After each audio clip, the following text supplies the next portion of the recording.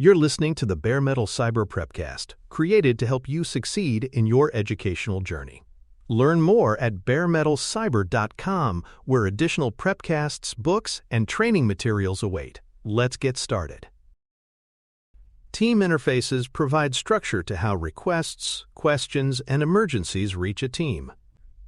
Without them, attention fragments under the weight of constant pings, side-channel messages, and last-minute asks. The orientation here emphasizes that explicit intake paths, policies, and roles protect focus while keeping stakeholders and partners connected in productive ways. Rather than relying on personal favors or hallway promises, well-designed interfaces ensure that requests flow through transparent, predictable channels. This shields deep work from unnecessary disruption while still providing rapid pathways for true urgency. Effective interfaces balance two needs: focus for builders and responsiveness for stakeholders. They establish discipline without creating isolation. Done well, they convert noise into manageable signals, stabilize flow, and preserve team energy. Team interfaces become the protective shell that allows delivery to proceed reliably while keeping collaboration open, respectful, and efficient. Sources of interruption are diverse, and, if unmanaged, can quietly destroy productivity. Ad hoc asks often arrive in the form of quick questions that consume far more time than anticipated. Side-channel pings in private chat create obligations without visibility, while unplanned emergencies pull people off planned work. Dependency surprises, such as late-breaking integration changes, generate firefighting at the worst possible moments. Each of these interruptions fragments attention, increases context switching, and degrades quality.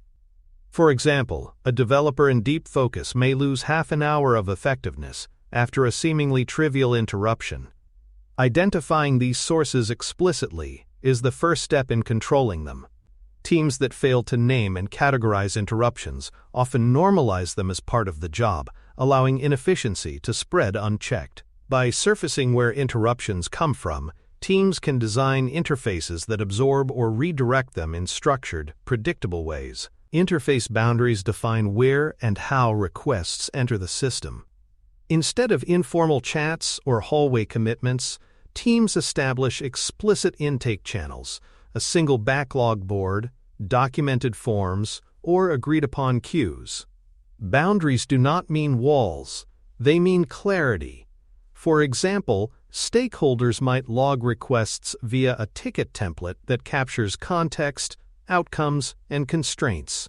This structure reduces ambiguity and prevents requests from bypassing refinement. Boundaries also signal fairness. Every request is visible and processed through the same flow, reducing perceptions of favoritism or neglect. By creating clear entry points, teams transform interruptions into structured demand. Informal bypasses are replaced with transparent paths, making planning more reliable. Boundaries protect focus by reducing scatter while maintaining openness. They ensure that collaboration remains accessible, but never at the cost of chaos or hidden queues.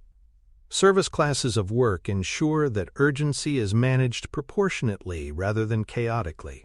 Work is categorized as standard, fixed date, expedite, or intangible. Standard items flow normally. Fixed date items are prioritized in time to meet obligations. Expedites are rare and tightly controlled. And intangible tasks include quality or technical debt work. By applying explicit rules to each class, teams avoid treating every request as urgent.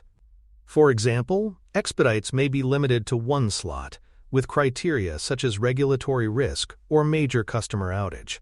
Fixed-date items receive early scheduling rather than last-minute panic. Intangible work is protected so it is not endlessly deferred. Service classes transform urgency from subjective argument into disciplined policy. They give stakeholders clarity on how their requests will be handled and ensure that responsiveness does not destroy stability. Intake policy sets the readiness criteria for requests, preventing thrash and incomplete handoffs. A valid request must include context, intended outcomes, evidence of need, and constraints such as deadlines or dependencies. For example, instead of "make reporting better," A request might state, reduce monthly reconciliation time by 40%, supported by current pain data from finance. By requiring this information upfront, teams avoid starting work with missing context that leads to rework. Intake policy also reinforces accountability, ensuring stakeholders provide the information necessary for success. It shifts the burden from builders to requesters for supplying clarity. By applying readiness criteria consistently, organizations reduce noise and focus on work that is well-formed and valuable. This discipline prevents half-baked requests from destabilizing flow, ensuring that every accepted item has a real chance to deliver observable results. A triage function shields builders from noise by assigning rotating owners to clarify and route requests. Triage owners act as the first line of defense, engaging with stakeholders to refine needs before they reach the delivery team. For example, a triage lead might consolidate overlapping asks, confirm readiness criteria, or redirect a request to another group entirely. This role ensures that builders are not distracted by premature or duplicate demands. Rotation prevents burnout and spreads context across the team. Triage functions also build trust with stakeholders, as requests receive timely acknowledgement without requiring immediate involvement from deep focus roles. By filtering inbound noise, triage creates a buffer zone where demand is clarified and prioritized responsibly. This discipline ensures that teams concentrate on finishing high-value work while still remaining responsive to legitimate needs. Response expectations convert courtesy into predictable service. Service-level objectives define how quickly requests will be acknowledged, triaged, and either accepted, rejected, or scheduled for refinement. For example, a policy might state that all incoming tickets are acknowledged within 1 business day, triaged within 3, and routed within a week.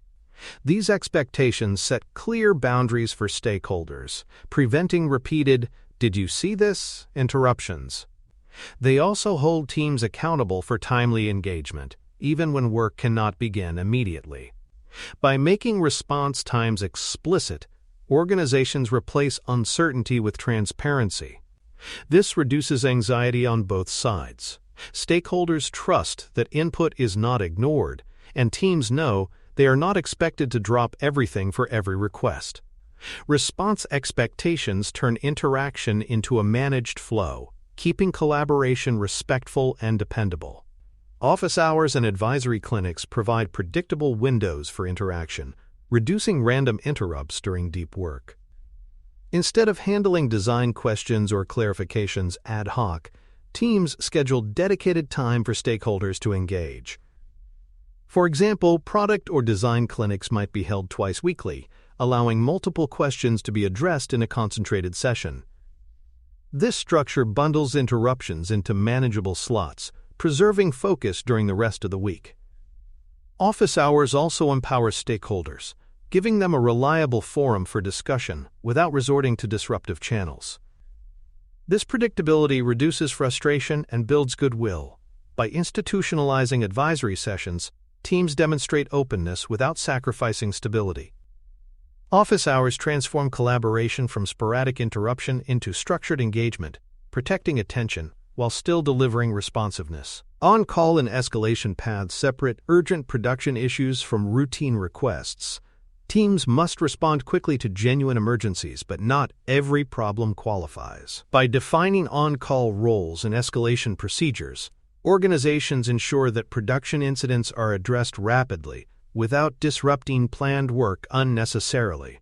For example, a service outage may trigger immediate on-call escalation, while a feature suggestion routes through the intake backlog. Clear separation prevents confusion, where routine questions masquerade as emergencies. It also reassures stakeholders that critical issues will be handled swiftly. By embedding structured escalation, teams preserve focus for builders while ensuring that genuine emergencies receive the urgency they deserve.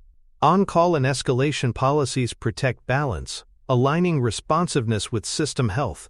Interface contracts with neighboring teams formalize expectations at system boundaries. These agreements may include APIs, data schemas, and notice periods for planned changes. For example, a contract might specify that schema updates require 2 weeks. Notice and backward compatibility must be maintained. Contracts prevent late-breaking surprises that force firefighting and disrupt planned flow. They also build accountability between teams, clarifying obligations for shared interfaces. Contracts function as guardrails, ensuring that collaboration across teams is respectful and predictable. They reduce hidden dependencies and strengthen trust in integration.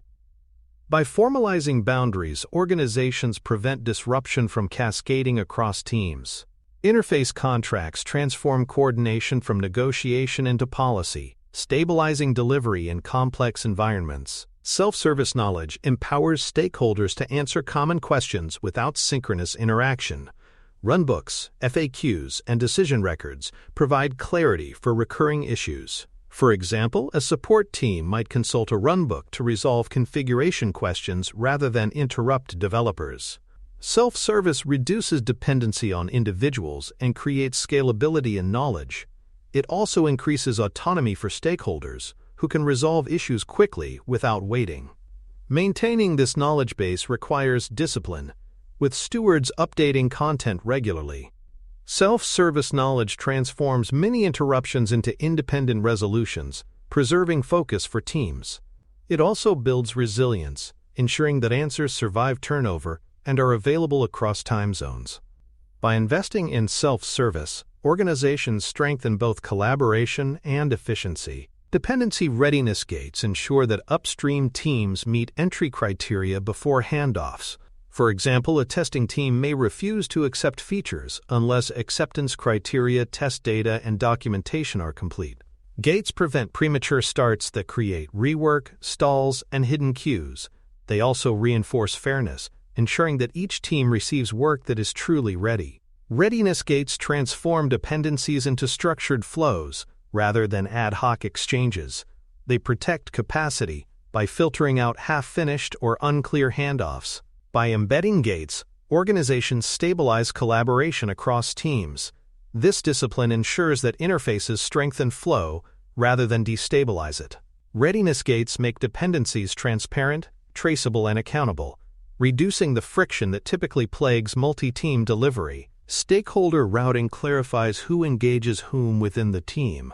Instead of copying entire groups into emails or chat threads, routing directs stakeholders to the right role product for prioritization, design for usability, engineering for technical feasibility, or risk for compliance. Routing ensures that conversations reach decision-makers quickly without overwhelming the entire team. It also builds trust, as stakeholders know where to go and receive consistent responses. Without routing, teams drown in noise as every message reaches everyone. By formalizing pathways, organizations protect focus while maintaining responsiveness. Routing strengthens efficiency and respect, ensuring that collaboration flows to the right people at the right time. Confidentiality and ethics guardrails protect sensitive information, while keeping interfaces open enough to build trust. For example, customer data shared during triage must be anonymized, and access to sensitive telemetry must follow least privilege principles. Guardrails prevent collaboration from creating new risks. They also reassure stakeholders that transparency will not compromise privacy or security. By embedding ethical boundaries, teams demonstrate responsibility alongside openness. This practice balances trust and caution, showing that disciplined interfaces protect both value and integrity. Confidentiality guardrails are not barriers. They are protections that make collaboration sustainable. They ensure that sensitive details are respected without slowing interaction unnecessarily. Anti-pattern awareness identifies behaviors that erode disciplined interfaces. Hallway commitments, private chat promises, and meeting ambushes bypass intake and destabilize flow. They create invisible queues and unfair prioritization, leading to missed commitments and frustration. By naming these anti-patterns, organizations make them unacceptable. Teams must reinforce that all work enters through structured channels, with exceptions documented and reviewed. Awareness protects against cultural drift, where convenience undermines discipline. By rejecting bypasses, organizations maintain fairness, predictability, and trust. Anti-pattern vigilance ensures that interfaces remain reliable shields, not porous habits. It preserves the value of structured collaboration by resisting shortcuts that may feel expedient but harm system stability. For more cyber-related content and books, please check out cyberauthor.me. Also, there are other prepcasts on cybersecurity and more at baremetalcyber.com. An interrupt lane with capped work-in process offers a structured way to handle true expedite items without overwhelming planned work. This lane is visible on the board and limited to a very small capacity, such as 1 or 2 items at a time. By making expedites explicit, teams prevent urgent requests from bypassing the system and crowding out standard flow. For example, a high-severity production defect may enter the interrupt lane, while routine enhancement requests remain in the standard backlog. Capping this lane ensures that urgency is managed proportionately rather than becoming the norm. It also provides transparency for stakeholders, who can see the cost of adding an expedite and the trade-offs it forces. An interrupt lane acknowledges that emergencies will occur but keeps them controlled, protecting predictability and preventing chaos while still honoring the need for responsiveness. Decision packets replace sprawling meetings by summarizing the essentials of a request in a concise, reusable artifact. A packet typically includes the problem statement, intent, available options, supporting evidence, identified risks, and proposed next checks. For example, instead of convening a 2-hour meeting, a stakeholder submits a packet that captures context and desired outcomes. The team can then review asynchronously, reserving live time only for clarifying trade-offs and making a decision. Decision packets reduce cognitive load, preserve transparency, and provide traceability for later reviews. They also improve quality of input, as stakeholders must articulate requests clearly. By standardizing how decisions are proposed and reviewed, teams minimize interruption while raising decision speed and clarity. Decision packets make collaboration evidence-rich and efficient, replacing verbal sprawl with structured input that accelerates flow. Async-first requests extend the efficiency of decision packets by prioritizing asynchronous channels for most collaboration. Templates and pre-reads capture context before any live discussion. For example, a design review may begin with stakeholders submitting structured feedback via a form, with a recorded demo attached for later viewing. Only unresolved disagreements move into synchronous discussion. Async-first practices respect distributed schedules, reduce context switching, and allow contributors more time to prepare thoughtful input. They also preserve records for future reference, reducing the reliance on memory. By treating synchronous meetings as the last resort, teams reclaim focus time and reduce unnecessary interruptions.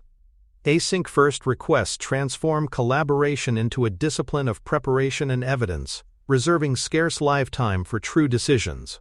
This practice balances inclusivity with efficiency, ensuring that communication remains high-signal and respectful of attention.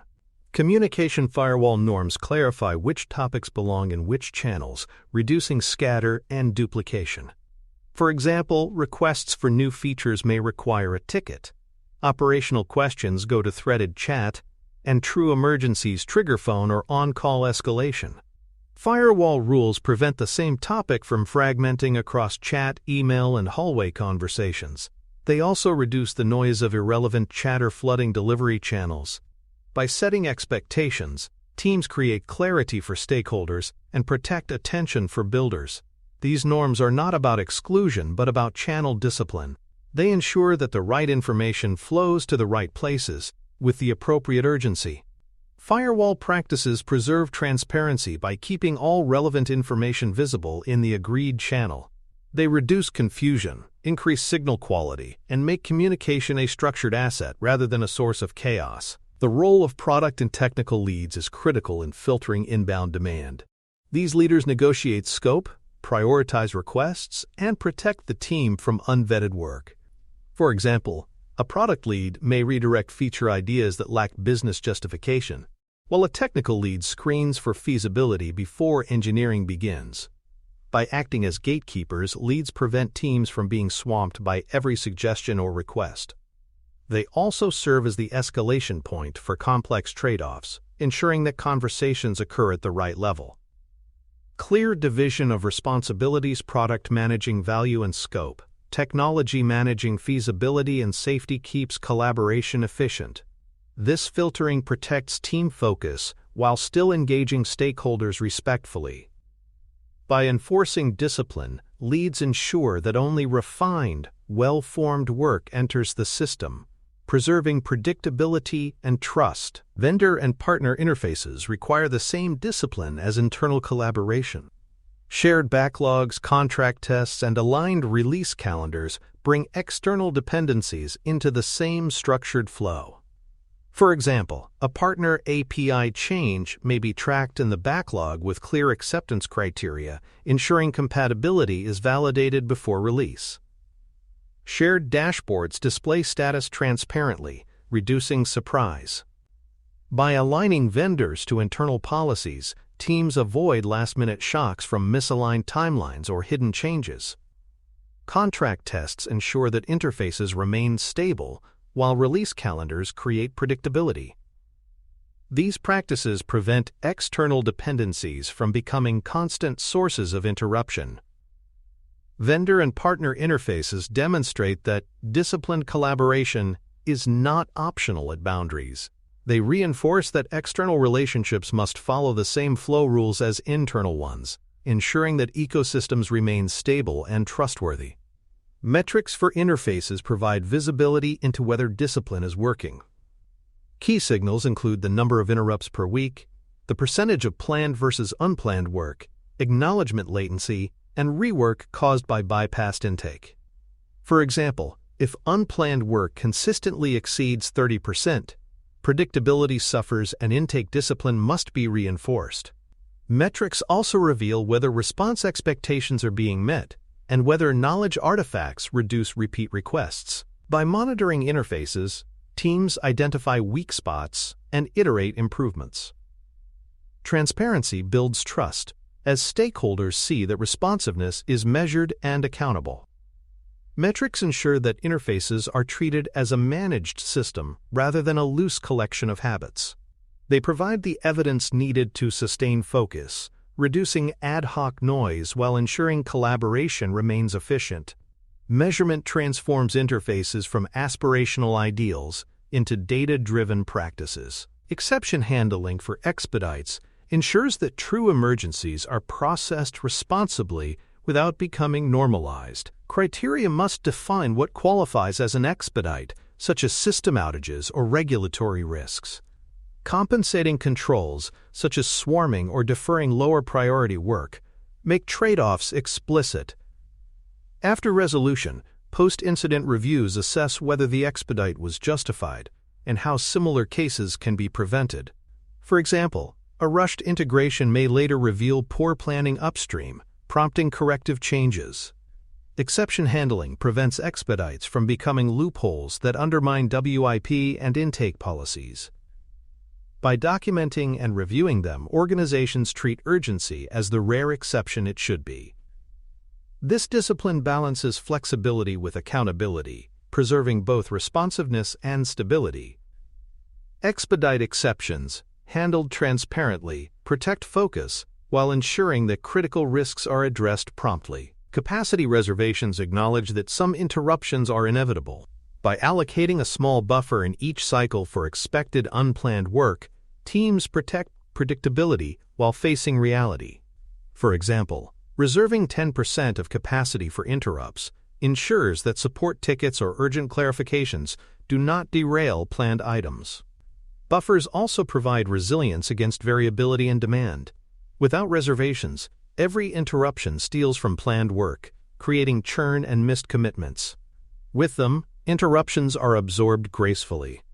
Capacity reservations signal maturity, recognizing that delivery systems must balance structure with adaptability.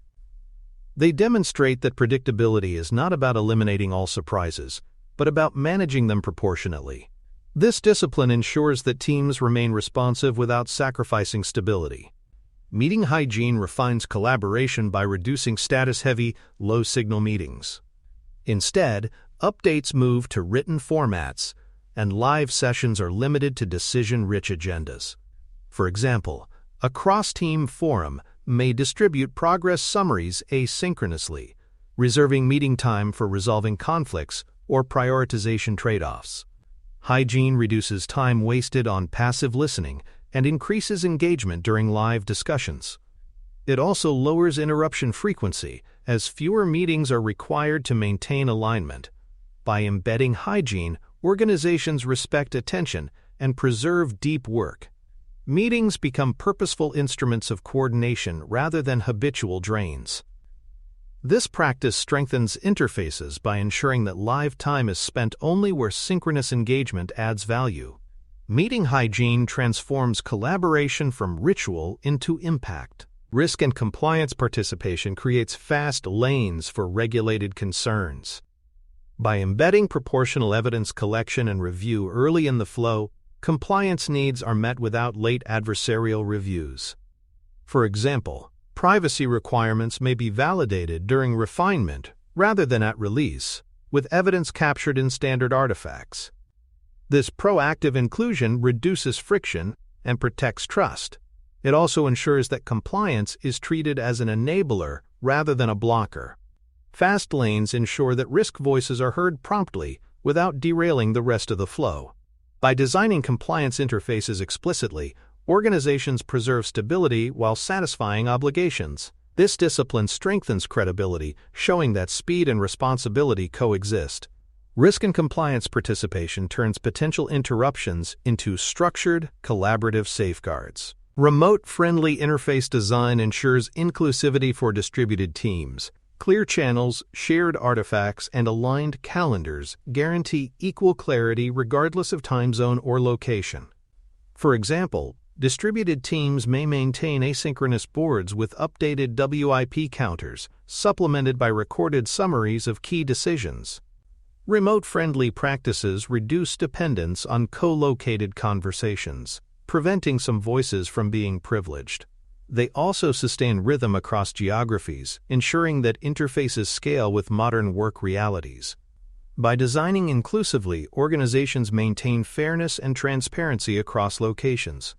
Remote-friendly interfaces transform collaboration into a global capability, ensuring that structured flow protects focus for all contributors, not just those in the same office. Continuous improvement of interfaces keeps them adaptive. Over time, channels proliferate, forms become bloated, and policies drift. Regular reviews prune unused channels, simplify forms, and update expectations. For example, a quarterly review might eliminate duplicate intake queues and clarify response times based on feedback latency data. Continuous improvement ensures that interfaces remain high signal, reducing friction rather than adding to it. It also demonstrates responsiveness, as stakeholders see that their experience of collaboration is taken seriously. By refining interfaces, organizations preserve trust and efficiency. Continuous improvement keeps collaboration humane, ensuring that discipline strengthens rather than burdens the system. This practice ensures that interfaces evolve with needs, sustaining their role as protective shields against chaos. Success signals show whether disciplined interfaces are delivering results. Indicators include fewer ad hoc pings, faster triage, lower context switching, and steadier cycle time distributions. For example, if interrupts per week drop by half and rework from bypassed intake declines, teams can attribute gains to improved interface discipline. Success signals validate that policies and practices are worth sustaining. They also provide evidence for stakeholders, showing that collaboration remains effective even as interruptions are managed. By measuring results, organizations prove that disciplined interfaces enhance both focus and responsiveness.